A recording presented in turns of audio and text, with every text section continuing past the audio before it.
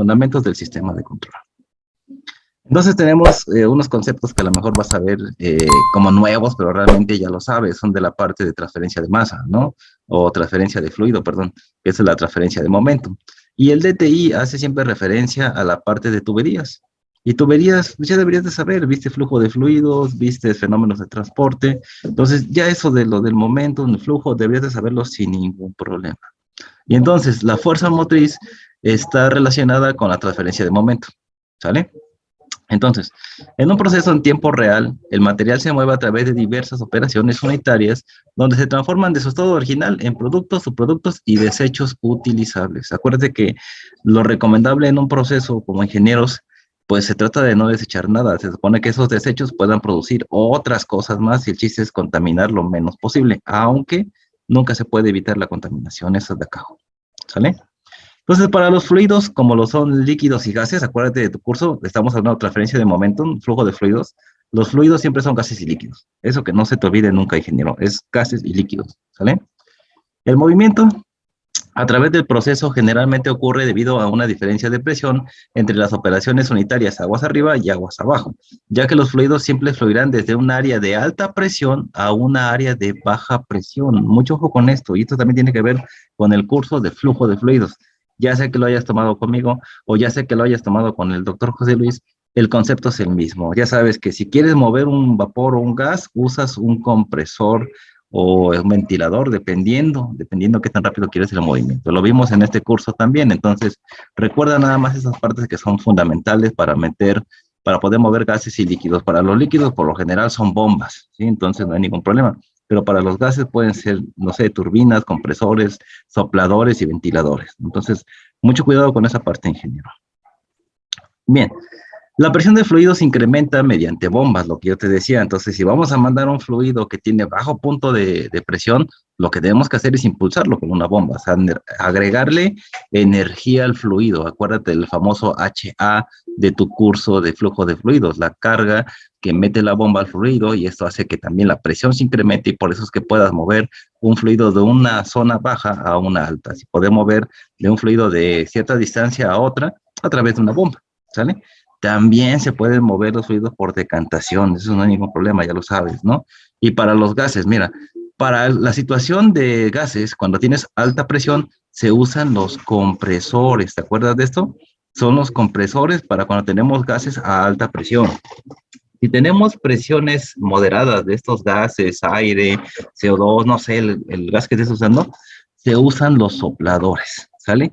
Y si tenemos gases a muy baja presión, o sea, gases, voy a ponértelo entre comillas, tranquilos, pues simplemente con un ventilador podemos impulsarlos a que lleguen a otra sección, ¿sale?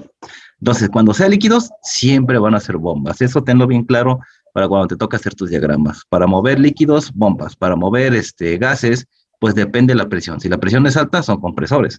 Si la presión es moderadamente alta o moderadamente, así, término medio, son sopladores. Pero si son de baja presión, un ventilador es más que suficiente. ¿Dónde se colocan? Pues en puntos estratégicos del proceso para facilitar ese movimiento, ¿sale?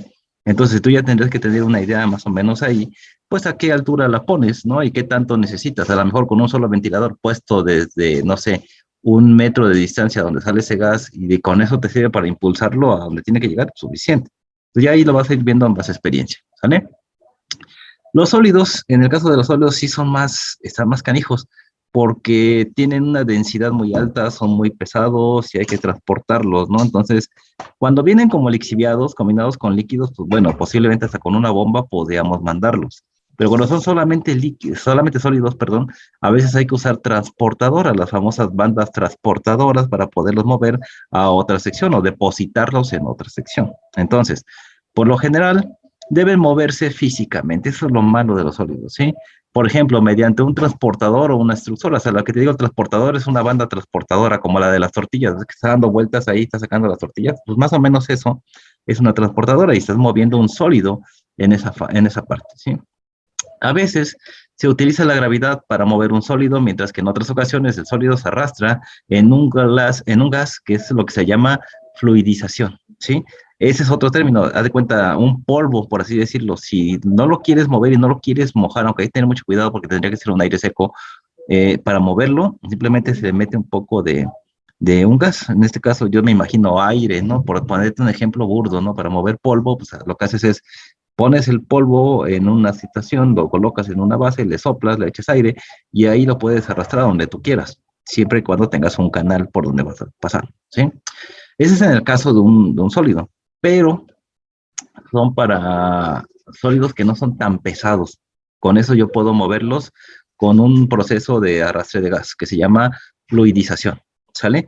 O en el lixiviado. El lixiviado es el famoso, la famosa lechada, ese es así, se conoce generalmente como lixiviado. O sea, es un líquido compuesto con algunos sólidos. ¿Para qué me sirve ese líquido? Pues para arrastrar los sólidos. Obviamente este líquido no está haciendo o no está afectando en ningún momento mis sólidos, solamente me sirve para transportar, ¿sale? Y luego puede pasar a unas membranas, puede pasar a unos filtros donde se retira toda la parte líquida sin ningún problema. Eso se les conoce como lixiviados, para que tengan esa parte. Por lo general, no van a ver estos temas ni en procesos de separación 1 ni en procesos de separación 2. Entonces yo les requiero que ustedes lean esta parte de lixiviados, que es importante si les toca trabajar en un proceso que tenga que ver con lixiviados y sepan, pues, algunos cálculos si es que se necesita, y si no, pues, bueno, de todos modos, para tener la idea, ¿sale? Y esto se usa, pues, bueno, para que se pueda mover utilizando el fluido de arrastre. En este caso, en el fluido de arrastre, aquí es un gas y aquí es un líquido, ¿sale? Es fluidización y lixiviado, ¿vale? Bien.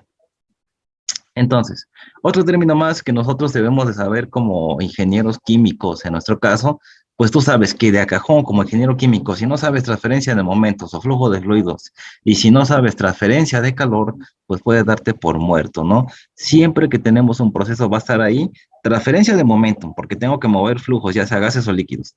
Transferencia de calor, porque en algún momento estoy metiendo temperaturas, o a veces algunos procesos son exotérmicos, pero siempre va a haber presencia de calor. Y si hablo de transferencia de momentum o transferencia de calor, en este caso tengo radiación, convección y lo que necesite yo para mi proceso. Entonces, todo eso va a ser bien importante y todo hay que tenerlo en cuenta, ¿vale?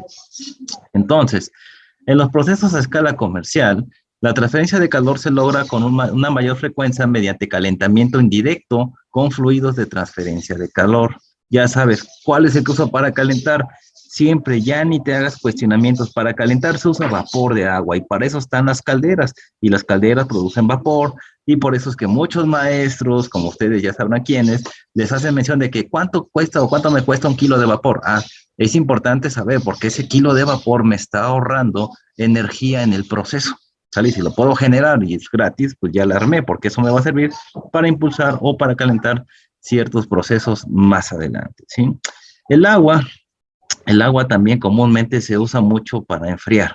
El agua por lo general se usa para enfriar, ya sea que venga de la torre de enfriamiento o que venga directamente del agua de río. Lo vimos en las partes de servicios, ¿te acuerdas? Entonces, bien, esa parte de ahí es bien importante. Ahora, una de las cosas importantes aquí donde yo te digo que no se puede evitar la contaminación es que si yo uso vapor, en algún momento tengo que calentar ese líquido para poder hacerlo o para poder hacer el cambio de fase. ¿Y qué? Voy a meter carbón, voy a meter gasolina, voy a meter algo, aún así contamino. Ahora, si uso agua de enfriamiento, ¿qué va a pasar con esa agua de enfriamiento? Al final de cuentas, si yo no tengo cuidado, el agua va a incrementar la temperatura y si la regreso al ambiente y está caliente, pues obviamente muchas especies van a morir, incluidas plantas y animales, ¿no? Entonces tener mucho cuidado y también ver que estas aguas que se usan en tuberías también arrastran ciertas cantidades de metales, por lo cual se produce una agua dura, se contamina el agua, no es servible, entonces para eso están los tratamientos de aguas y bueno, cositas que te digo, al final de cuentas no podemos evitar el no contaminar el medio ambiente. Aquel que te diga que se evita contaminar al 100% está equivocado. Nunca se puede descontaminar al 100%, siempre estamos contaminando y a veces limpiar algo produce mayor cantidad de desechos. Entonces, no se puede evitar. Siempre va a haber una contaminación. Lo que se trata de hacer es que sea la más mínima posible, ¿sale?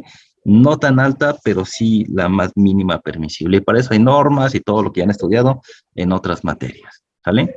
Entonces, para temperaturas muy altas, se puede usar un calentador o un horno, para no estar diciendo calentador de fuego, un horno, ¿sale? Ahí está. En ese caso, un combustible como lo es el gas natural, el gas de combustible y en algunos otros, ¿no? Metano, propano, qué sé yo, ¿no? Para poder calentar. Y el aire, se quema junto usando un quemador y el gas de combustión. Obviamente, para que haya combustión, perdón, tiene que haber presencia de aire. ¿Y por qué tiene que haber presencia de aire para que haya combustión? Pues necesitamos las cantidades de oxígeno. El aire tiene altas cantidades de oxígeno. Entonces, si tenemos oxígeno, es el principal precursor de la combustión. Si tenemos oxígeno, pues podemos tener combustión sin ningún problema. ¿Sale? Y bueno, el gas de combustión caliente resultante se usa para calentar el fluido de proceso o un fluido de transferencia de calor intermedio. Entonces, es bien importante tener en cuenta todo esto al momento que estamos nosotros proponiendo un proceso. Ya no te estoy diciendo como trabajador, sino proponiendo un proceso o cuando te toque a ti, pues diseñar un proceso para llevar al mercado un producto. ¿Sí? Entonces, hay que tener en cuenta todo esto. ¿Vale?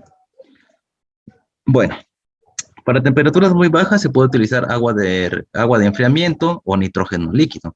Normalmente se usa más agua fría o agua de río o agua de la torre de enfriamiento que nitrógeno líquido. El nitrógeno líquido es muy bueno, pero es caro. Entonces, a veces nosotros tendríamos que usar el agua directamente, pues, del río o directamente de una torre de enfriamiento en vez de nitrógeno líquido. Ya cuando tengas suficiente lana y te alcance bien, pues bueno, usas nitrógeno líquido. Hay que ver el costo-beneficio. ¿Qué te conviene más? ¿El agua fría o el nitrógeno? Entonces ya depende siempre de cuánto tienes a la mano. Eso siempre va a depender de eso. ¿Sale? El calentamiento directo por resistencia eléctrica no suele ser factible en sistemas grandes, ¿sí? Porque se usa comúnmente en instalaciones de pequeña escala. Entonces, todo esto nos sirve a nosotros como pequeños emprendedores que son, y pues bueno, que también puedan ustedes hacer sus propios productos. Entonces, tener en cuenta todo esto, ¿vale? Otro concepto más, importantísimo, ingenieros. Si no saben esto, no son ingenieros. Si no sabes transferencia de momentum, si no sabes transferencia de calor y no sabes transferencia de masa, que esto es el coco de muchos de ustedes, y esto va a ser el coco en procesos de separación, donde debes de conocer cómo calcular la difusión, debes de calcular las difusiones diluidas máximas, los valores de KY y KX para la parte de los gases y de los líquidos. Entonces, si no sabes transferencia de masa, te va a costar mucho entender los procesos. Entonces, para entender difusión y valores de calle en procesos de separación, es bien importante conocer los efectos de la transferencia de masa. ¿Vale? Bueno, existe un conjunto diverso de técnicas que se pueden aplicar para cambiar la composición de las corrientes de proceso y o para separar una corriente de proceso, ya que ya sea gaseosa, líquida o sólida o la combinación de las mismas, ¿sale? Esta se va a descomponer en dos o más corrientes de proceso con diferentes composiciones. Esto ya es el proceso como tal. Algunas de las técnicas comunes son separación por gases, lo que es gas, líquido polar y sólido. Entonces, separación por gases, por fases, perdón. Separación por fases, que es líquido, gas, líquido polar, líquido apolar, sólido. Todas son cosas que se ven durante el proceso.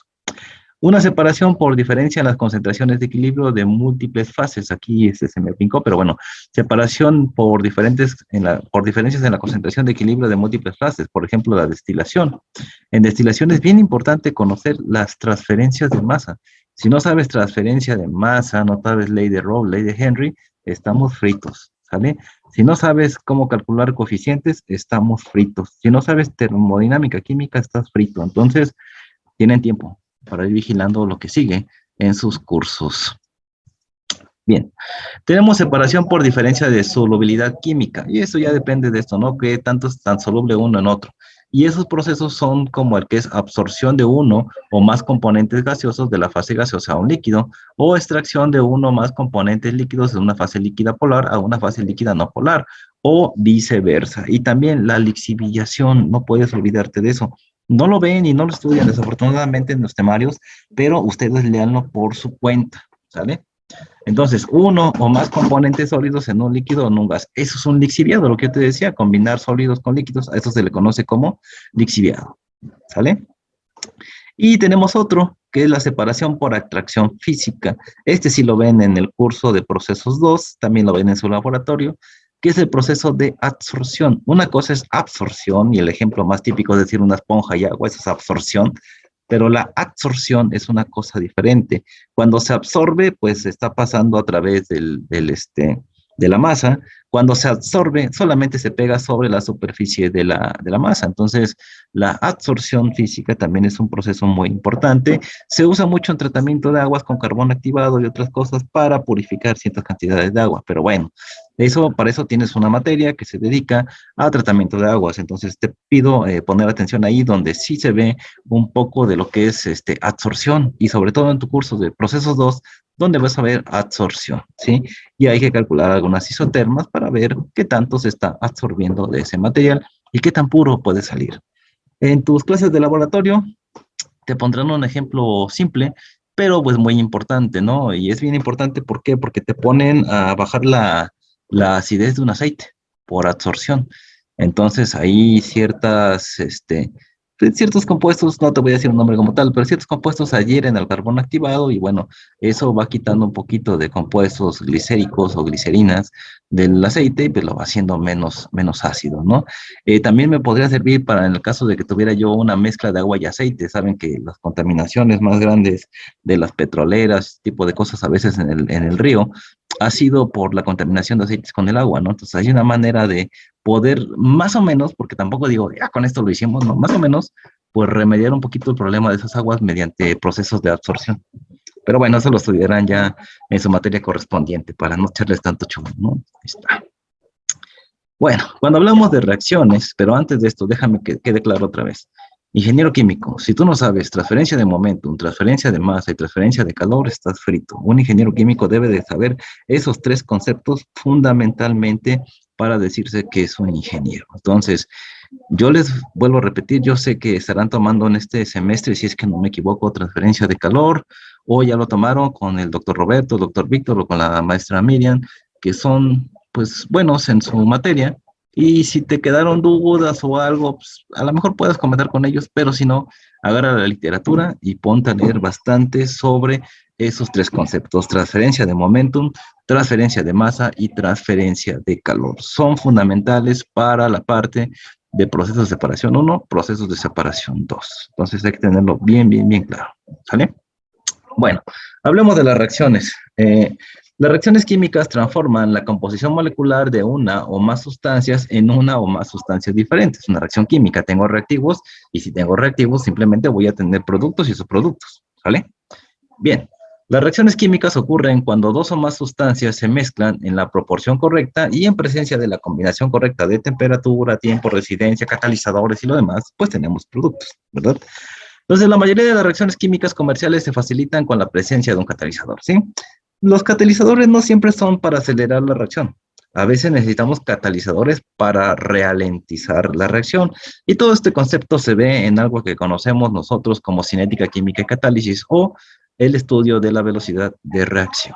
Tenemos las variables de control en el proceso, ¿sí? Tenemos las independientes. Dice, hay un solo número limitado de formas de controlar el movimiento de materiales entre las operaciones unitarias y de controlar las operaciones unitarias entre sí. Las variables son las que controlan el proceso. Entonces hay que tener mucho cuidado con eso, ¿sale? Para gases y líquidos, bueno, el flujo a través de una tubería se puede manipular mediante un acelerador ajustable, ¿sí? Al cambiar el tamaño de la abertura de un punto de estrangulamiento, acuérdate de esta parte, en la tubería, se puede cambiar la cantidad de flujo que puede fluir a través de la tubería. Para eso sirven las válvulas pinch, o las que son de compresión, ¿sí? Para una caída de presión determinada, obviamente hay que tener bien controlados los flujos que están entrando a nuestros equipos, ¿vale? Al caso contrario, se puede ajustar la presión necesaria para forzar una determinada cantidad de fluido a través de una abertura. Entonces depende de los caudales. Mucho cuidado con los caudales, por eso es que te digo que es bien importante transferencia de momentum, o lo que tú conoces como flujo de fluidos. Aunque nosotros te dividimos transferencia de momentum en dos materias, que es fenómenos de transporte 1 y flujo de fluidos, todo hace alusión a lo mismo. Todo es flujo de fluidos y todo es transferencia de momentum. Entonces, mucho cuidado ahí, ¿vale? Bueno, dice, el dispositivo utilizado para lograr esto se conoce como la válvula de control. Ya conocíamos nuestra válvula de control y los equipitos que estamos poniendo aquí de la norma ISA, ¿sí? Van a ser diferentes y depende del proceso, ¿sale? Entonces tenemos aquí una válvula de control, ¿sí?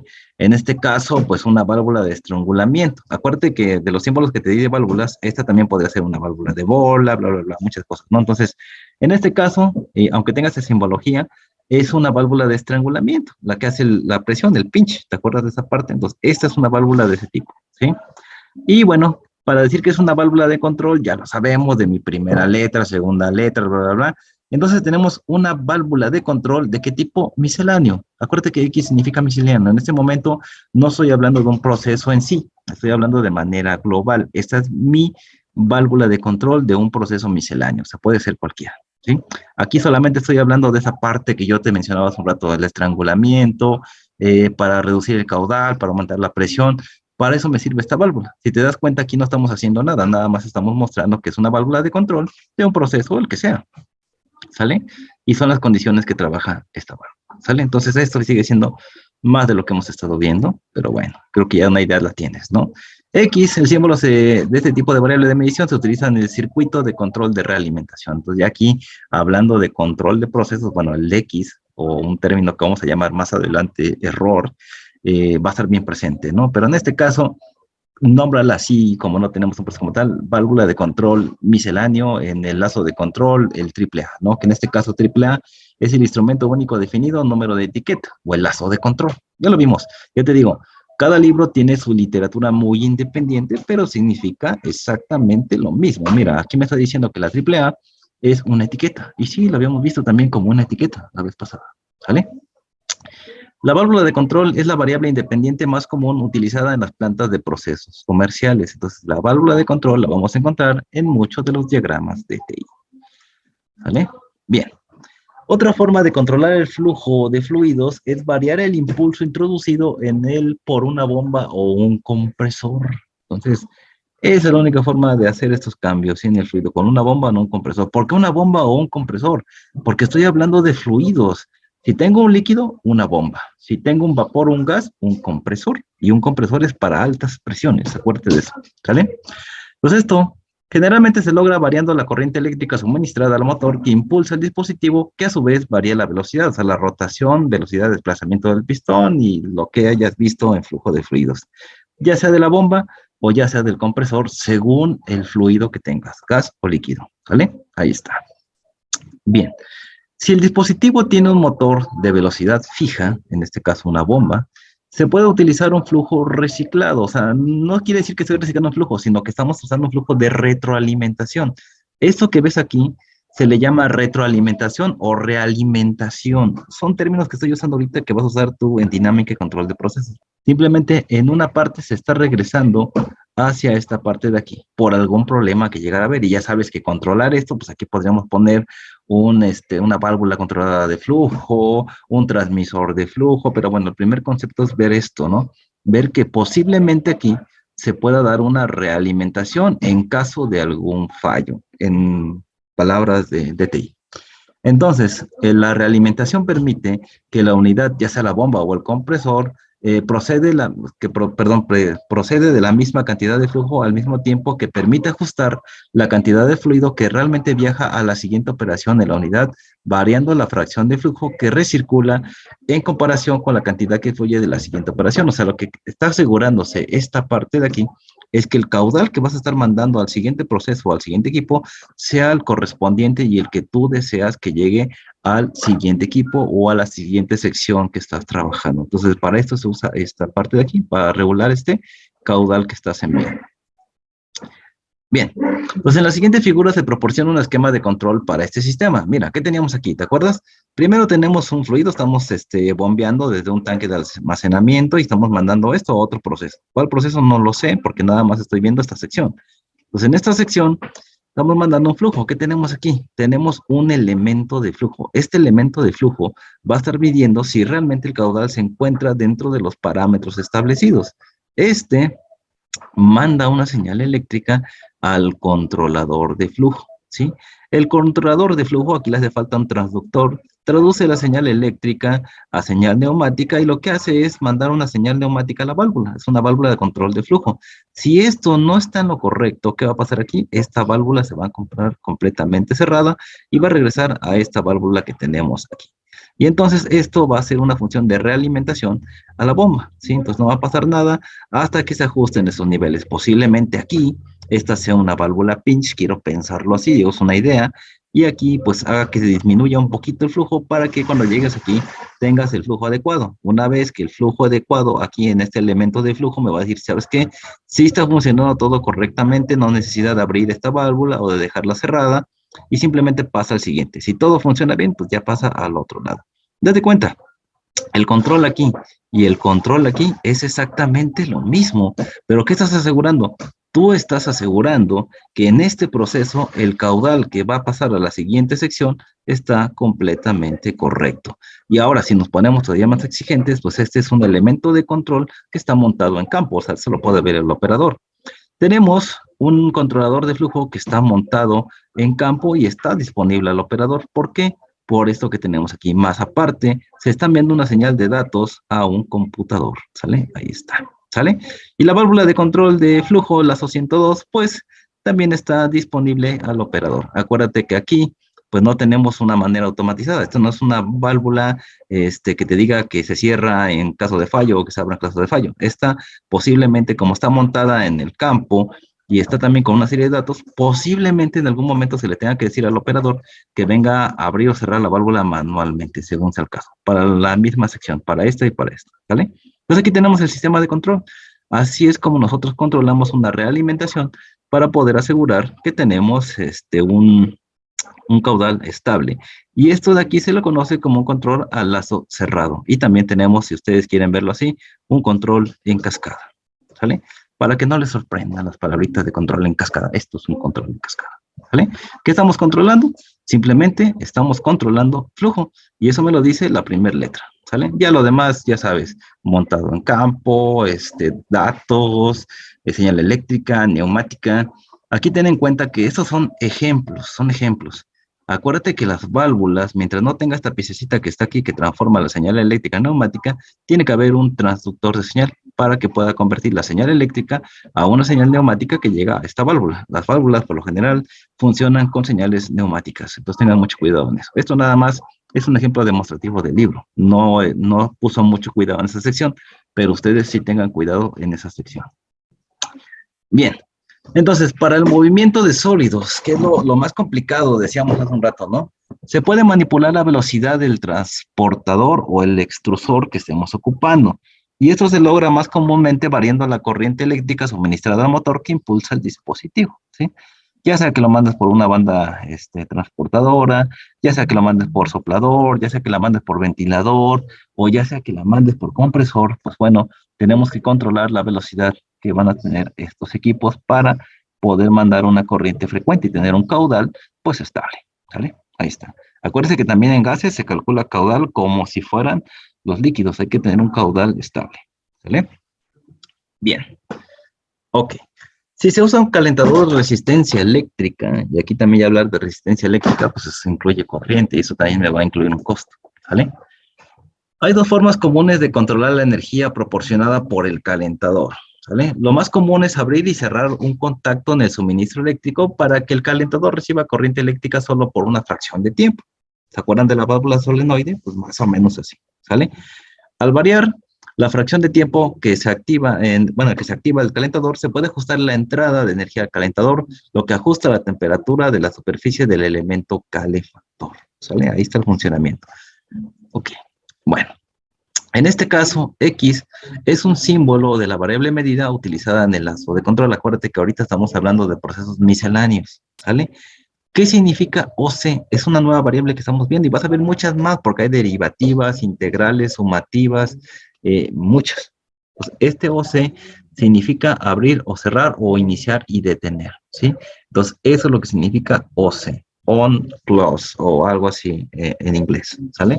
O open, close, entonces, cualquiera de ellas. Entonces, aquí significa abrir, cerrar o iniciar y detener, ¿sale? Ahí tenemos esa parte. Un controlador misceláneo. La S es un switch, ¿sale? Entonces, ahí tengan cuidado con esa parte. Bien. El método 2 dice, el otro método utiliza un reostato. Es un equipo, un reostato. Lo pueden buscar en internet y pueden ver toda la información necesaria. Sale un reostato ajustable. Nos tenemos un dispositivo que varía la resistencia en un circuito eléctrico. ¿Vale? Al variar la resistencia, se puede ajustar la cantidad de corriente que fluye a través del circuito y, por lo tanto, a través del calentador. Mira. Aquí tenemos un controlador de corriente. Aquí tenemos donde va a llegar todo esto. Y bueno, aquí tenemos un elemento de corriente. Entonces, es lo que estamos ajustando en esta parte. Entonces, ajustar la resistencia en un circuito eléctrico para un calentador eléctrico. ¿Sí? Aquí está. ¿Qué estamos controlando? Pues la corriente eléctrica, controlador y el elemento. Es lo que tenemos que controlar para las variaciones. No tenemos que hacer mucho ahí. Entonces, de manera similar al relé, y si no te acuerdas qué es el relé, te repito que vuelvas a ver otra vez tus diapositivas y busques qué es un relé, o simple, mételas en Google, ponle relé, y ahí te va a poner qué cosa es el relé, ¿sale? Entonces tenemos de manera similar al relé de apertura-cierre de un circuito eléctrico, se puede abrir o cerrar una válvula de bloqueo en un fluido contenido en una tubería. Es muy similar a eso, simplemente que ahorita estamos usando este sistema, ¿sale? En este caso, la cantidad de fluido que se mueve de una cantidad de operación a otra tiene dos estados, flujo total y sin flujo. Es así de simple. O está abierto o está cerrado. ¿Sale? Entonces, esta estrategia se emplea a menudo para operaciones unitarias por lotes, o sea, unitarias en batch, o sea, para pruebitas, si lo quieres ver así. ¿Sale? O a nivel piloto. Bien, eso es básicamente todo lo que estamos viendo de manera general. Entonces, esto representa la gran mayoría de las variables independientes disponibles en el proceso que se puede utilizar para el control. En resumen, ¿qué es lo que necesito básicamente? ¿O qué es lo que representa las variables independientes? Ojo aquí, porque esta normalmente es pregunta de examen para un curso de instrumentación. ¿Cuáles son las variables independientes? Pues tenemos las válvulas de control, el tiempo de interrupción del suministro eléctrico, la resistencia de corriente eléctrica, el estado de abertura y cierre de la válvula de bloqueo. O sea, entonces ahí tenemos variables independientes. Ojo, posiblemente en tu curso de dinámica y control se te haga mucho énfasis en las variables independientes y las variables dependientes en el proceso. Acuérdate que ya en dinámica vas a estar tú trabajando con sistemas de control automatizado. ¿Vale? Bien. Son las variables independientes que pueden manipularse para controlar el proceso. ¿Cuáles son? Pues bueno, en el diseño de control regulatorio debemos identificar todas las variables independientes presentes para cada operación unitaria. Entonces, acuérdate que en tu curso de ingeniería de procesos se te habla mucho de las variables y de las variables de control y de proceso. Eso es lo que estamos viendo en esta sección. Entonces, pongan mucha atención en esa materia. ¿Sale? Entonces, cada una de estas variables independientes debe abordarse en el diseño de nuestra estrategia de control para asegurar que el proceso cumpla con los objetivos que tenemos planeados. ¿Ve? Bien. ¿Cuáles son las dependientes? Ah, bueno. Para saber qué manipulaciones hacer a las variables independientes y si esas manipulaciones son exitosas, necesitamos medir el efecto de cada variable independiente que tiene el proceso. O sea, hacemos esto midiendo los parámetros que se ven afectados por los cambios en las variables independientes. Esas son las dependientes, siempre van a depender de algo, ¿no? Entonces, estas se conocen como variables dependientes. Y las variables dependientes más comunes son el caudal, la presión y la temperatura. Son las tres más importantes, ¿vale? Caudal, presión y temperaturas. ¿Y el caudal depende de qué? Del flujo. La presión depende de la temperatura y la temperatura depende de la presión. Entonces son completamente dependientes unas de otras. Bien. Tenemos otra que también es una función dependiente y esa es el nivel que siempre hemos estado controlando en los procesos, ¿sí? Las propiedades del material son completamente variables dependientes y la composición química también es dependiente de qué, de los reactivos y lo que estamos nosotros trabajando. Por eso es que son señales dependientes. Entonces tenemos seis propiedades que son dependientes. ¿Cuáles son? El caudal, la presión, la temperatura, el nivel, las propiedades del material y la composición química. ¿Sale? Bien importante la composición química porque de esto va a depender el material que vas a estar trabajando. ¿Sale? Entonces, mucho cuidado. En un sistema de control bien diseñado, intentamos acoplar cada variable independiente en una variable dependiente que sea sensible a los cambios de esta variable independiente en particular. ¿Sale? Tiene que ser muy propio. Por ejemplo, podríamos acoplar el caudal de una tubería a una válvula de control, ¿sí? Ubicada en la misma tubería, ¿sale? Otro ejemplo podría ser acoplar la temperatura del fluido del proceso que sale de un intercambiador de calor con una válvula de control que controla el caudal de vapor que ingresa al lado de la red de ese mismo intercambiador de calor. Entonces, prácticamente, fíjate, todo el control lo hacen las válvulas de control. Entonces, mucho cuidado ahí. ¿Qué estamos controlando? Caudal, temperaturas, niveles, pues con mis válvulas de control. Lo han estado ustedes viendo a lo largo del curso. ¿Sí?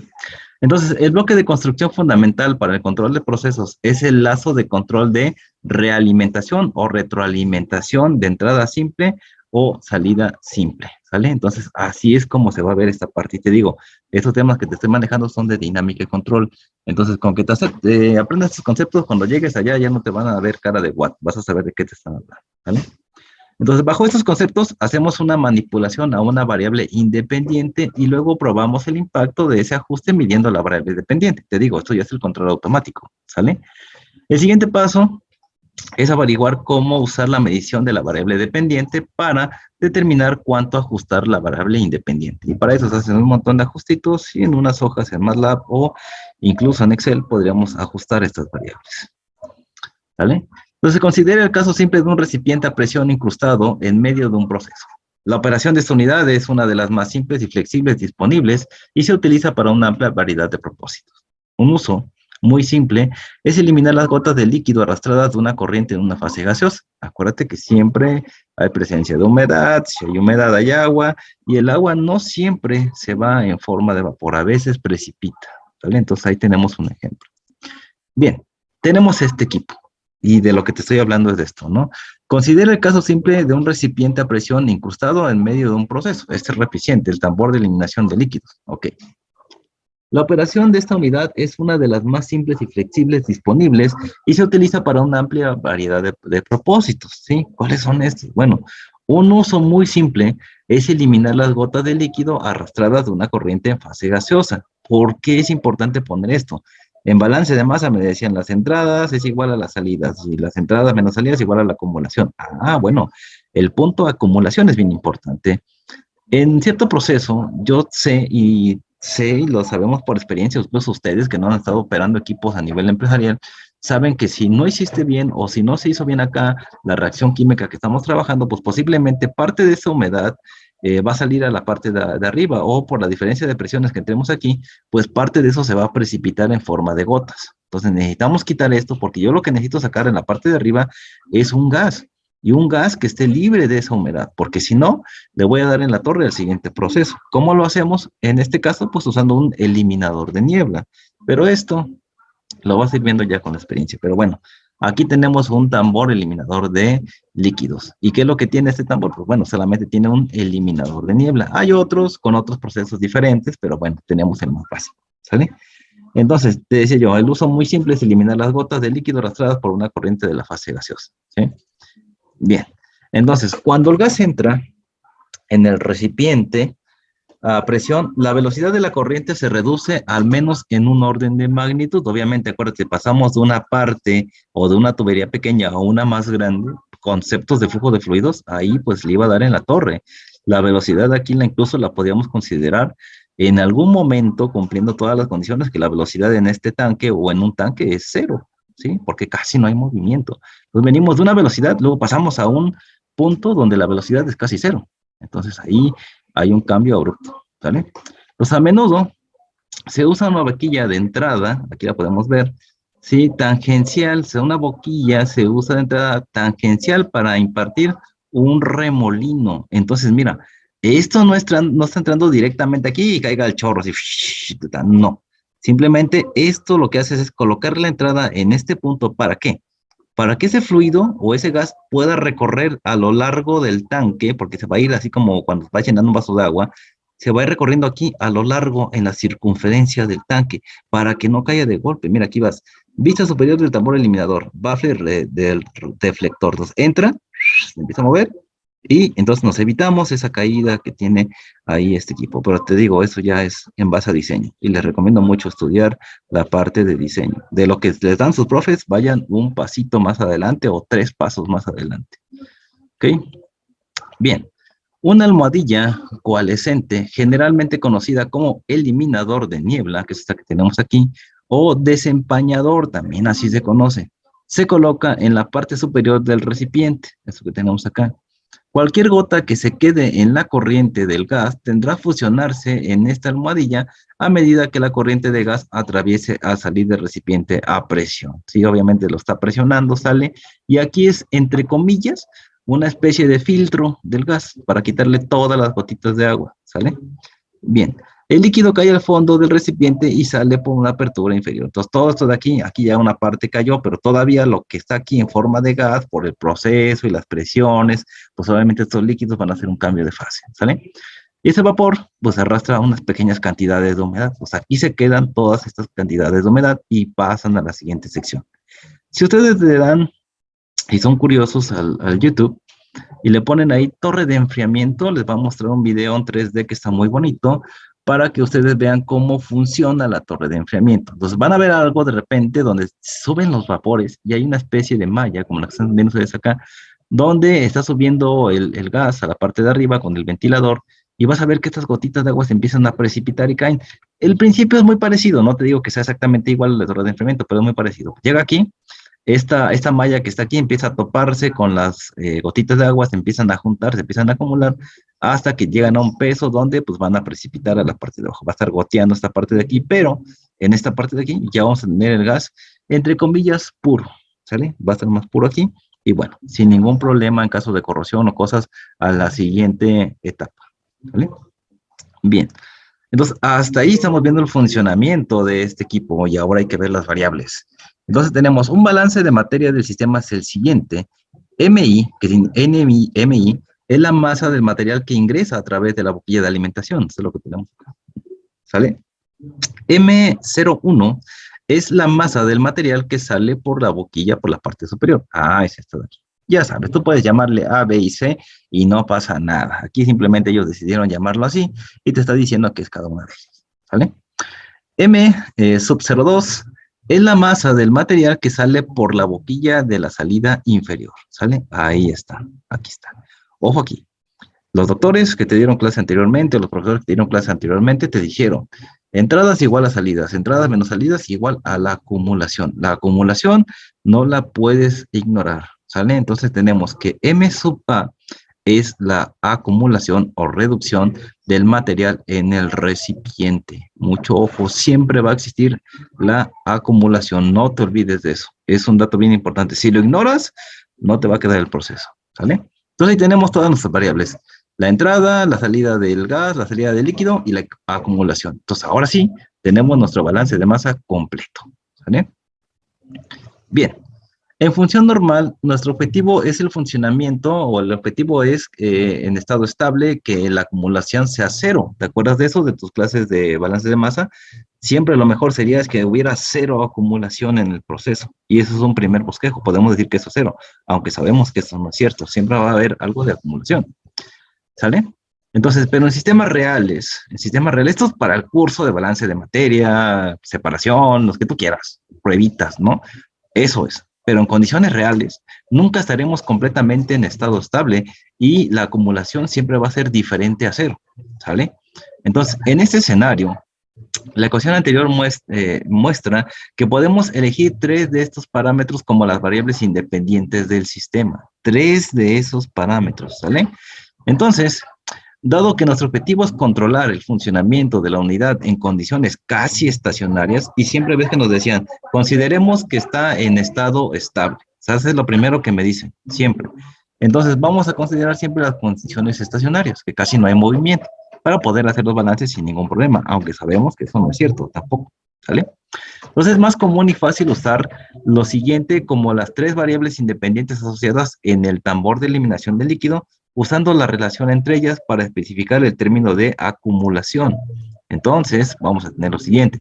La masa de material que ingresa a través de la boquilla M sub I o M sub 1, como lo quieras llamar, la masa de material que sale por la boquilla de la salida superior M sub 01, la masa del material que sale por la boquilla en la salida inferior M sub 02, y en la mayoría de los casos el caudal de entrada se especifica mediante una operación de la unidad de aguas arriba y por lo tanto es una verdadera variable independiente. Entonces las 3 variables que voy a tener son estas que están aquí. Entonces prácticamente las podría yo despejar de la ecuación que propuse anteriormente.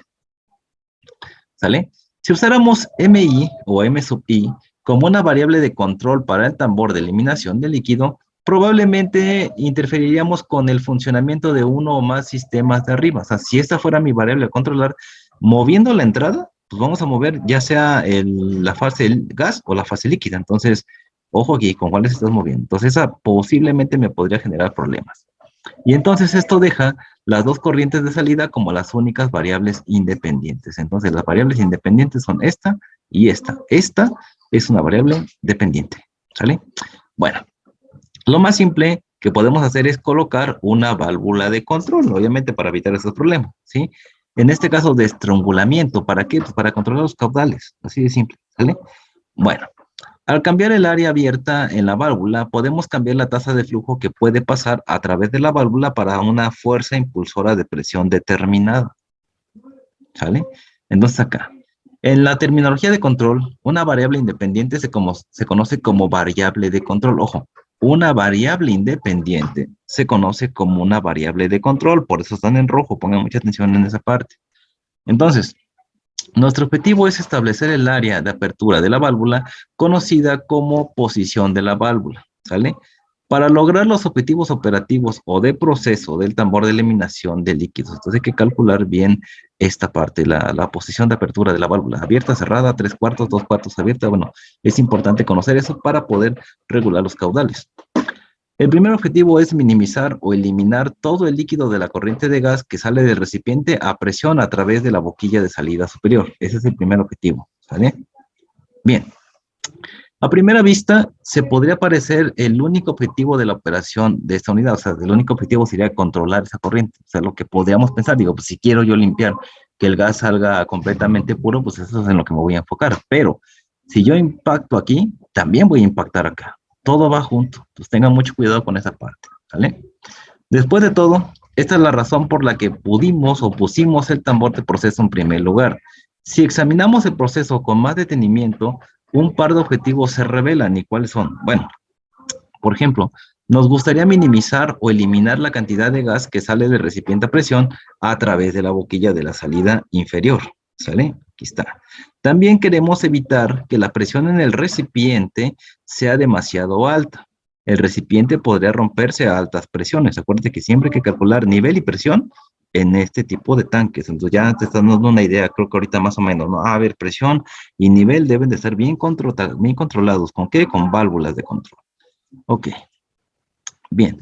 Por el contrario, nos gustaría que la presión en el recipiente fuera lo suficiente alta para proporcionar suficiente fuerza impulsora para el flujo a la siguiente unidad de proceso, tanto para la salida de gas como para la salida de líquido. Entonces aquí, una de las cosas es colocar bombas y colocar compresores, pero a veces nos sale más caro. Comprar esos equipos son muy caros. Entonces, ¿qué me conviene en algún momento? También hay que ver cuáles son los datos máximos y mínimos que soportan los equipos. Entonces, ahí hay que ver esa parte. Entonces, yo puedo considerar una presión donde esa presión sea aceptable para mandar este gas a la parte de arriba sin necesidad de poner un compresor y mandar este líquido a la siguiente sección sin necesidad de utilizar una bomba. Entonces, todo eso lo puede hacer con un controlador o un control de presión. Entonces, ya te está dando otra idea.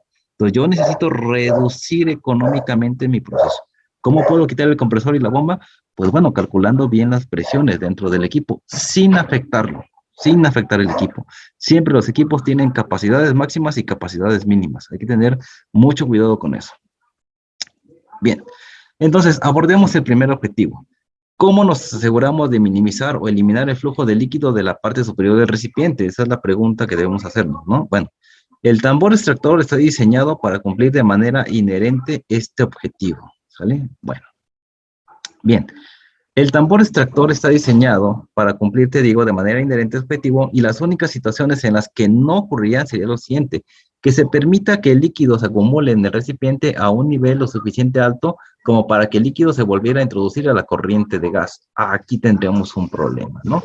Te lo voy a volver a repetir nada más para que quede claro. Dice, se permita que el líquido se acumule en el recipiente a un nivel lo suficientemente alto como para que el líquido se volviera a introducir en la corriente. O sea, ¿qué pasa aquí? Supongamos que puse este más o menos por acá, no sé, por ahí, ¿no? Ya tengo mi gas completamente limpio y sin ningún problema de líquidos. Pero es que, si no controlo el nivel, esto se va a empezar a llenar, se va a volver a llenar y posiblemente ya estemos llenos aquí de nivel. Pues, ¿qué va a pasar? El gas se va a volver a llenar de líquido y se va a ir a la siguiente sección. Y entonces ahí habrá fracasado todos los intentos que yo hice. ¿Sale? ¿Qué más tenemos? Bueno, que el eliminador de niebla se tape. Y ese sería un problema. Y puede pasar, sí, sí puede pasar, dependiendo qué sustancias estás trabajando. Algunas de ellas son corrosivas, algunas de ellas pues, producen productos pesados, y eso tiene que ver mucho con la reacción. Por eso es que te metí el término de reacción. ¿Qué puede pasar? Los gases también reaccionan unos con otros formando otros productos. Y todo eso se podría incrustar dentro de mi malla. Entonces, si esto se empieza a tapar, pues vas a incrementar la presión. ¿Qué va a pasar ahí? La primera es que si esto se tapa y que meta la presión, reventar el tanque. Y la segunda es que el caudal en esta parte de aquí se incremente. Entonces, tener mucho cuidado. Como te digo, todo impacta. Entonces, primero hay que checar bien la cantidad que estamos alimentando. Luego, las condiciones del equipo. Ya que tenga las condiciones en el equipo y todo controlado, pues ya puedo ver la corriente de salida, las corrientes de salida para el gas y para el líquido. Otra vez te reitero, los gases por arriba, los sólidos y los líquidos por la parte de abajo. No se les ocurra hacer lo que hacían en flujo de fluidos, perdón, en balance de masa, que de repente por aquí sacábamos una línea y aquí otra. No. Ahorita tenemos que tener claro que los gases por la parte de arriba, los líquidos y los sólidos por la parte de abajo. Siempre así en todos los equipos. ¿Vale? Bien, dicho esto, prosigamos. Entonces, este segundo escenario es un impedimento físico para el funcionamiento del tambor extractor. No podemos acomodarlo directamente en el sistema de control. Por ahora, eliminaremos esta situación de nuestro análisis. Supongamos que eso no pasa, ¿sale? Con base en lo anterior dicho, siempre que se controle el nivel del líquido en el fondo del recipiente, se cumplirá con este objetivo, o sea, que no rebase, pues, donde está el gas para que no se vuelva a empañar de ese líquido. Ese es el objetivo, ¿sale? Por lo tanto, nuestro sistema de control debe incluir la medición de nivel de líquido en el recipiente como una variable dependiente, ¿sí? Entonces aquí, ojo acá. ¿Cómo vamos a controlar esto? Pues bueno, posiblemente aquí tengamos, o aquí, tengamos un controlador de nivel, ¿sale? Entonces, ojo ahí. Estamos estructurando el proceso paso a paso y estamos dando las razones por qué estamos poniendo estos controladores donde los vamos a colocar. Bien, ahora abordemos el segundo objetivo. ¿Cómo minimizamos el flujo de gas que sale del fondo del recipiente? Ah, caray. Ah, pues sí, sí, sí, tiene razón, profesor. Aquí me acuerdo en mi balance de masa que me decía, ¿no? El flujo está al F. Teníamos XF y una fracción que salía del otro compuesto que no quiero trabajar. Aquí tenía, por así decirlo, te lo voy a poner en palabras bruscas, XA y XB. Aquí también tenemos XA y XB. Aquí tenemos XA y XB. Entonces, siempre va a haber una parte líquida aquí y aquí también va a haber una parte gaseosa. Entonces, de eso no nos salvamos. Lo que tenemos que hacer es minimizarlas como en el caso anterior. Entonces, esto es, entre comillas, sencillo, ¿sale? Nos aseguramos de que siempre haya al menos algo de líquido en el fondo. Siempre tiene que haber líquido, ¿sale? Mientras haya una cantidad suficiente de líquido, ningún gas puede salir del recipiente a través de la boquilla inferior. Ah, caray, le estamos poniendo una especie de vacío ahí, por lo cual, aunque el gas quiera salir, no puede porque tendría que atravesar toda la parte del líquido. Entonces, un gas nunca, nunca, nunca se va a difundir hacia la parte de abajo con gravedad. No, los gases tienden a subir. Entonces llega acá, ve que no puede pasar por la gravedad y simplemente lo que va a hacer es seguir su camino a la forma del recipiente para salir a la parte de arriba. Entonces siempre tiene que haber aquí una cantidad de nivel que no va a estar saliendo aquí. Entonces tenemos que controlar el nivel dentro del tanque que cumpla esa especificación para impedir que la parte del gas salga de manera abrupta, ¿sale? Entonces, eso es lo que estamos haciendo, ¿sale? Entonces, por lo tanto, nuestro sistema de control debe incluir la medición de nivel de líquido en el recipiente como una variable dependiente. Eso es lo que te decía, hay que calcular el nivel que debe de quedarse dentro del tanque, no debe de estar completamente vacío. Hay una parte que debe de estar ahí para que se pueda cumplir todas las condiciones que estamos buscando, ¿vale? Bien, entonces, esta es la misma conclusión que para el último objetivo, lo que significa que podremos cumplir ambos objetivos operativos en el mismo objetivo de control. Ojo aquí, ¿sale? El tercer objetivo operacional requiere que se mantenga suficiente presión en el recipiente, lo que decíamos, pero sin excedernos, ¿sale? Sin excedernos de la presión, ¿sale? Para asegurar que ambos fluidos fluyan a su próximo destino, o sea, que el gas vaya de la manera independiente y libre, sin ningún compresor, y que el líquido siga su camino también sin el uso de alguna bomba. Entonces aquí, la presión. Ya tenemos control de nivel. ¿Qué más tenemos? Control de presión. ¿Qué más tendremos? Vamos a ver. Bien. Dado que la corriente aérea es compresible, este objetivo requiere que usemos la medición de la presión en la corriente de salida de gas o el recipiente sobre el eliminador de niebla, ¿sale? como una variable dependiente para asegurar que la salida de gas alcance la presión deseada. Entonces aquí también tenemos que tener una presión para que se pueda mover sin ningún problema. Bien, la corriente de fondo, el fluido es incompresible. ¿Y qué te dice el flujo de fluidos? Es mejor trabajar siempre con fluidos incompresibles. Claro, ahí está, transferencia de momento. La presión en la corriente de salida del líquido se basa en lo siguiente. La presión ejercida por el gas sobre el líquido en el recipiente, la presión ejercida por la altura y la densidad del líquido en el recipiente y la línea de salida, y la fricción en los diversos componentes del sistema que resisten el flujo de fluido, o sea, incluida la caída de presión en la válvula de control. Entonces, siempre tengan en cuenta que cualquier movimiento en las válvulas me va a llevar a una caída de presión. El flujo de fluidos también lo conocíamos con ese término, caída de presión. Y a veces había unas especies de P como tipo manuscritas que también hacían referencia a la caída de presión. Entonces, de acuerdo de todos esos conceptos, eso es lo que estamos viendo acá. Y seguimos hablando de la transferencia de momento. ¿Sale? Ahí está. Bien. Entonces, pasando al primero de estos, sabemos por el último párrafo que la presión del gas se controlará para asegurarse de que la corriente de gas de salida tenga la presión correcta. ¿Sale? Esto deja solo la segunda contribución, la presión ejercida por el líquido en el recipiente disponible para controlar la presión en el fondo, ¿sale? En esta parte de aquí. Entonces, por lo tanto, necesitamos incluir una medición de nivel, ya lo habíamos dicho, ¿sí? En el esquema de control como una variable independiente para lograr este objetivo, ¿sale? Una vez más, se puede alcanzar otro objetivo operativo en el mismo objetivo de control. Entonces, mira cómo están pegaditos unos con otros. Entonces, la tercera, la pérdida por fricción en la tubería de fondo. Y eso siempre va a ser importante. Por eso me decían en mi curso de flujo de fluidos que siempre usaras el diagrama de Moody, el FT, y que veas qué tipo de tubería es. ¿Sale? Entonces, el factor de fricción es bien importante. Esta, pues, es una restricción física del sistema que no podemos cambiar usando el sistema de control. O sea, yo puedo poner mi sistema de control, pero la fricción en la tubería siempre va a estar. Y te decía yo cuando tomabas clases de flujo conmigo o con el doctor Luis, pues simplemente que en ciertos momentos algo no lo podías cambiar, a menos que la tubería fuera muy pequeña y estuviera muy cerca, podemos ignorar el factor de fricción. Pero como lleva bastante arrastre, no podemos dar la fricción, y la fricción es la que nos va a estar molestando a lo largo del proceso. Y eso no lo podemos controlar ni con las válvulas de control. ¿Sale? Entonces puse una nota aquí. Si la presión de salida del líquido disponible es insuficiente para llevar el líquido a la siguiente operación de la unidad, se puede instalar una bomba en la línea de salida de fondo. Eso ya es en el último de los casos. Si ya vi que con la presión no voy a darle para mandar ese líquido, pues pongo una bomba y ya con eso bombeo el líquido y me soluciona el problema. ¿Por qué? La bomba no va a afectar en nada esta parte de aquí. Simplemente va a impulsar ese fluido a la siguiente sección. Aquí también. Si veo que no es suficiente, pues pongo un compresor y no pasa nada, ¿sale? Entonces ahí ya está. El chiste es no pasarte de los parámetros del tanque. No nos vayamos a reventar el equipo, ¿vale? Bien. Entonces, si se instala una bomba, entonces la presión necesaria en el tambor debe ser la más alta de las siguientes. La presión necesaria para permitir que el gas de arriba viaje a la siguiente operación unitaria, a menos que se instale un compresor en línea. Es lo que te digo, aquí va a depender mucho de cuánto tienes y cómo quieres dejar el sistema, ¿vale? Bien. El punto número 2 es que la presión mínima necesaria para el funcionamiento correcto de la bomba, por ejemplo, las bombas centrífugas que te decía yo en el curso, o el doctor Luis, son las que más se ocupan en la parte de ingeniería química, son las bombas centrífugas. Se debe alcanzar la presión de succión positiva neta mínima para evitar la cavitación de la bomba. Acuérdate que la bomba no puede estar vibrando, puede estar haciéndose todo el tiempo, sería molesto y aparte va a perturbar nuestro proceso, ¿sale?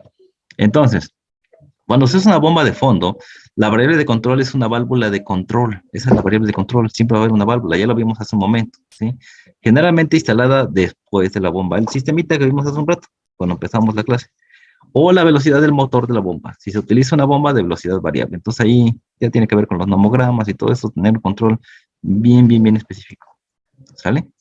Entonces, en resumen, aunque hay 3 objetivos operativos, solo hay 2 objetivos de control y se necesitan 2 mediciones. La presión del gas en la parte de arriba y el nivel del líquido del recipiente. Es todo lo que necesitamos. Controlar la presión acá y controlar el líquido acá. Si nos vamos a nuestros cursos de termodinámica química, pues aquí, si controlo gases, obviamente los valores de Y y de presión siempre van a ir de este lado, y los valores de X y de L siempre van a ir de este lado. Entonces controlamos presión y controlamos nivel, ¿sale? Así de simple, de tanto chorro, eso, nada más, ¿no?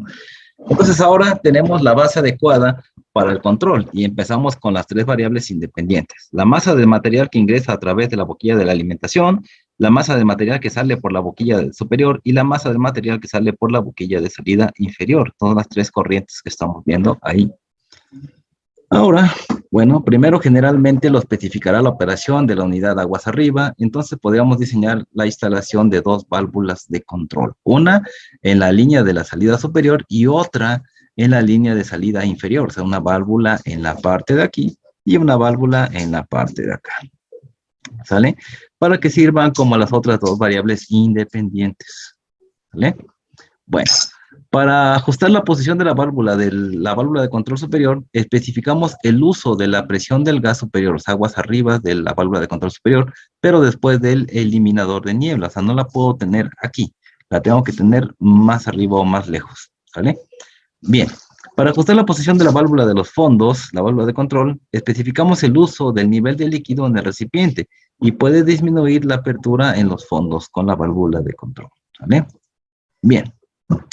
En la terminología de los controles, las variables independientes, las variables dependientes se conocen como variables de medición. Entonces, ven aquí.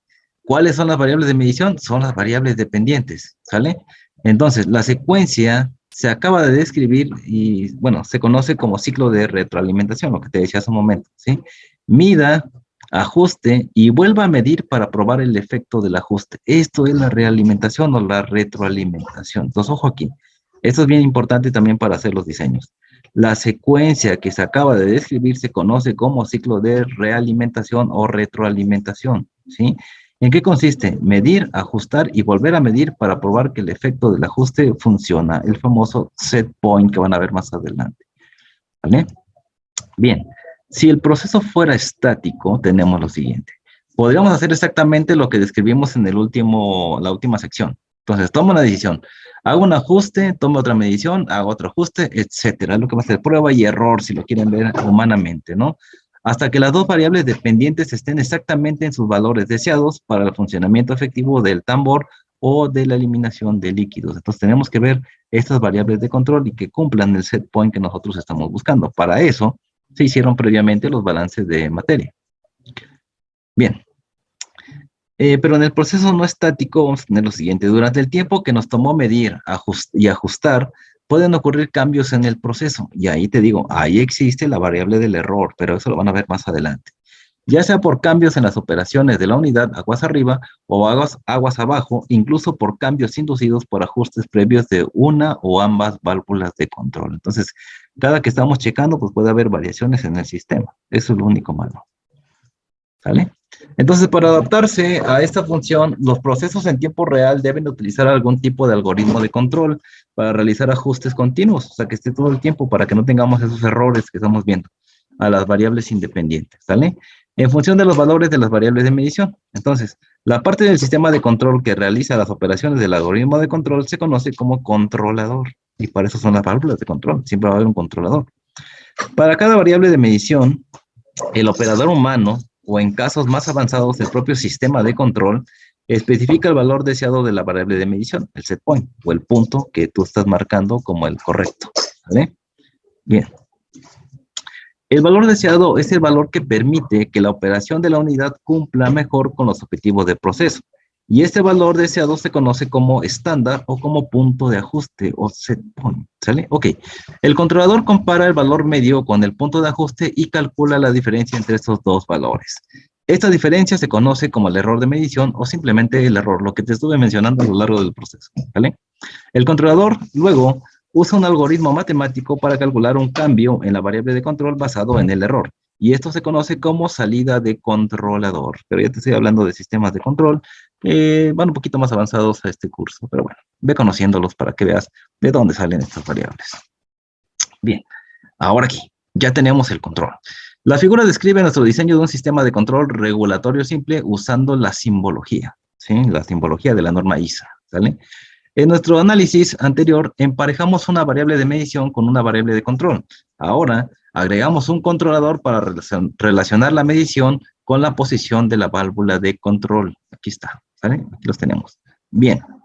Esto nos da los tres elementos básicos del bucle de control. Entonces aquí tenemos un bucle de control y aquí tenemos un bucle de control. Estos de aquí se les conoce como bucles, que no te sorprendan. Esto es un bucle y esto es otro bucle. ¿Qué estamos haciendo aquí? Ah, ¿te acuerdas que dijimos en el proceso? Por este lado vamos a controlar nivel, el nivel dentro del tanque, ¿sí? Y por este lado vamos a controlar la presión, pues para que esto salga de manera libre. En caso de ser necesario, meteríamos una bomba. En caso de ser necesario, meteríamos un controlador. Pensando que todo funciona bien, esto sería más o menos el control que deberíamos de tener en este tanque. Ya viste que no es nada complicado, es sumamente sencillo.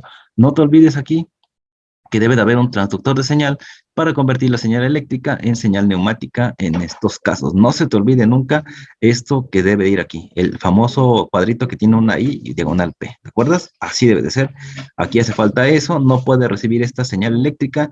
Algunas la reciben, algunas señales, algunas válvulas de control sí reciben señales eléctricas, pero por lo general son señales neumáticas. Con mucho cuidado con eso que tenemos ahí, ¿sale? Entonces, en nuestro análisis anterior emparejamos, decía yo, la variable de medición con una variable de control y ahora agregamos un controlador para la relación de la medición con la posición de la válvula de control, ¿sí? Aquí está el controlador de presión y aquí está el controlador de nivel. Eso es lo que estamos agregando, ¿sale? Esto nos da los tres elementos básicos del bucle de control y bueno, vamos a ver cuáles son. Elemento de medición, el elemento de medición. Aquí está, mira, el elemento de presión y aquí tenemos el elemento de nivel. ¿Sí? Tenemos el controlador, claro que sí, aquí está el controlador y aquí está el controlador. Y tenemos el elemento de control, ¿sí? El elemento de control, pues bueno, es lo que estamos manejando nosotros aquí en esta sección que estamos trabajando, ¿sale? Entonces ahí está. Tenemos ya las tres variables que necesitamos, el elemento de medición, el controlador y el elemento de control, ¿sale? Ya está. ¿Qué estamos controlando? El elemento de control, en este caso va a ser la presión y en este caso va a ser el nivel, ¿sale? Entonces no te me pierdas, por ahí va. ¿Sale? Entonces, además, especificamos el número de lazos de control. Eso, acuérdate que tiene que ver con lo que pusimos las clases pasadas, ¿no?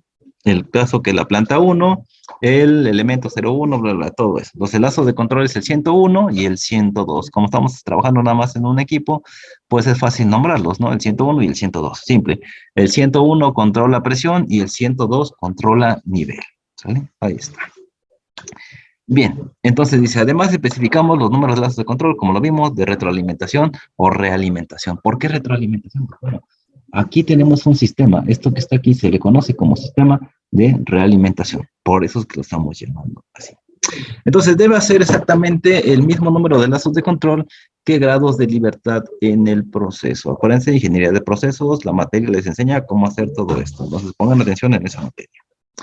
Más adelante aprenderemos cómo crear grados de libertad adicionales cuando los objetivos operativos de la operación unitaria requieren el uso de lazos de control adicionales. De esto ya más adelante vamos a ver esto, ¿sale?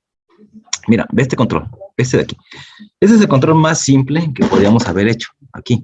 Controlamos presión, controlamos nivel. Sí, pero ¿qué pasa si hacemos esto ahora en un control en cascada? ¿Qué va a pasar aquí? Bueno, mira, surge la siguiente pregunta. Podríamos haber intercambiado la forma en que emparejamos las variables de medición y control, es decir, podríamos haber especificado el diseño de cómo se muestra la figura.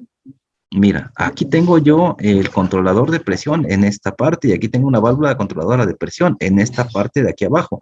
Y luego tengo aquí arriba la válvula de control de nivel y el controlador de nivel en esta parte de aquí. Me dice que si se podría hacer esto, o sea, tomar los datos aquí a la salida y tomar los datos aquí a la salida, de aquí para nivel y de aquí para lo que es presión. ¿Ustedes considerarían que eso sería correcto? Esa es la pregunta que hace aquí. Dice, teóricamente, la respuesta es sí, pero prácticamente esto disminuirá la controlabilidad del sistema. Hasta el sistema de control va a ser más complicado que el sistema que teníamos anteriormente. O sea, sí se puede, de que se puede, y los dibujos los puedes hacer y los diagramas también, pero la verdad, para entenderle sería muy, muy complicado desde mi punto de vista, ¿sale?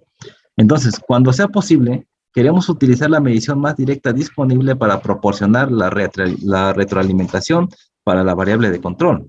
Y en este caso, el ajuste de la posición de la válvula superior directa es inmediatamente, inmediatamente cambia la presión en el gas retenido por el recipiente. Entonces aquí yo no me quedaría con esto, pero bueno, alguien puede haber hecho esa propuesta. Y aún así se puede, pero sí está un poquito complicado el entendimiento. Entonces, si en cambio, perdón, la posición de la válvula inferior del nivel de líquido cambiara, lo que luego cambiará el volumen de gas en el recipiente. Entonces ahí fíjate, va a estar afectando, ¿no?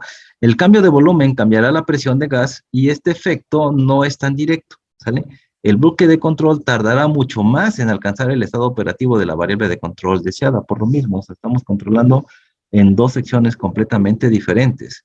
De manera similar, el ajuste en la posición de la válvula de fondo cambiará directa e inmediatamente la tasa de flujo de líquido fuera del recipiente, lo que a su vez cambia el nivel del líquido. Entonces, fíjate, sería un mal control ahí, ¿no? No se ve como que la manera correcta. Entonces, sí puedes hacer la propuesta, sí lo puedes proponer así, pero no.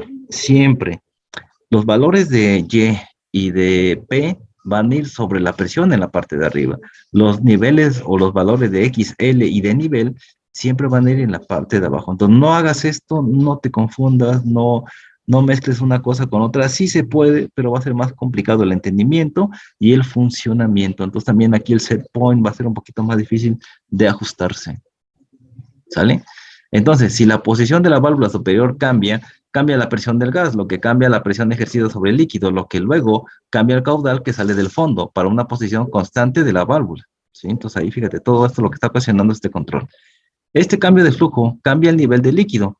Nuevamente el efecto no es tan directo, por lo que el controlador no responderá tan bien. Entonces ahí está el problema, porque no se está midiendo como se debe de medir correctamente. ¿Sale? Un esquema de control como el que se muestra en la figura es un ejemplo de un sistema de control acoplado o acoplado cruzado. Ese es un sistema de este tipo, un acoplado cruzado. En los sistemas acoplados, las acciones de una variable independiente tienen un impacto inmediato en la variable dependiente del bloque de control en una variable independiente separada. Eso es sumamente complejo. Algunas veces sí es necesario hacerlo y se hace, yo no te voy a decir que no, pero es muy complicado. Toda esta parte del control se vuelve un poquito más, más engorrosa. ¿Sale? Los sistemas desacoplados son más fáciles de ajustar, como lo vimos anteriormente. Este es acoplado, el otro era desacoplado. ¿Sale? Y puede manejar mejor las perturbaciones en el sistema de proceso. Por lo tanto, los esquemas de control desacoplados se prefieren casi siempre en los esquemas de control acoplados. Entonces es mejor hacerlo por partes que tener todo esto relacionado uno con otro. Es un poquito más complicado. Cualquier variable que cambies, pues te va a llevar a los problemas, a las salidas, tanto del gas como del líquido. Entonces, mucho cuidado. Mejor trabajemos de manera desacoplada para que se haga un poquito más sencillo el trabajo. Y bueno, ya vieron más o menos cómo pusimos un sistema de control en la parte de un tambor de eliminación de líquidos. Vieron que qué fácil es instrumentar los equipos siempre y cuando sepamos que el gas sale por la parte de arriba y que el líquido sale por la parte de abajo. Y que es bien importante tener controlados pues la presión y la temperatura de los equipos que estamos trabajando. ¿Vale? Y bueno, de acuerdo a mis balances, pues ya me doy cuenta si necesito un compresor o si necesito una bomba, según lo que requiera yo a la siguiente sección del proceso. Pero eso ya tiene que ver con tu proceso. Y chicos, tengan ustedes bonita tarde, un gusto estar con ustedes, nos estamos viendo.